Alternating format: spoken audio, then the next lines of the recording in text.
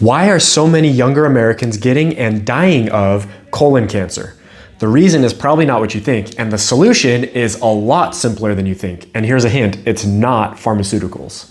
Yale University just published a study where they found that 1 out of every 5 people who are diagnosed with colon cancer are under the age of 55.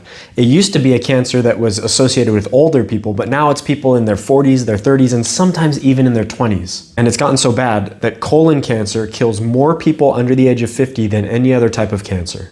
They looked at a few different causes for this increase in colon cancer, and surprisingly, or at least for me, smoking, microplastics, pollution, these were not big risk factors. The biggest risk factors were things like alcohol consumption and consumption of highly processed foods, things you get out of a box or out of a package. This is where it starts to get really interesting, because when you dig into why does ultra-processed food correlate so strongly with colon cancer, you learn that there's a certain type of bacteria that thrives in your gut when you eat ultra-processed food.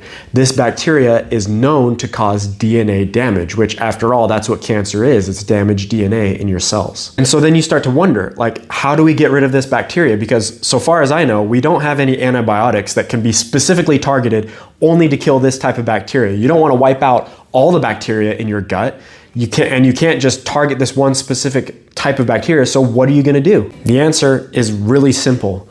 This is a study published way back in 2015, over 10 years ago, that found that dietary fiber intake, eating dietary fiber, can significantly reduce your risk for colon cancer. To tie this whole story together, this huge rise in colon cancer should surprise nobody, given the fact that the vast majority of people get less than half of their daily recommended amount of fiber. If you want to start increasing your fiber intake, of course the best way to do that is with fresh foods, with fruits and vegetables. But if you're like me and you don't have the time to prepare those every single meal that you eat, you can supplement. However, you need to know that you can't just take Metamucil and call it good, because the effect was found to be most strong in fibers that come from fruits, vegetables, and cereals.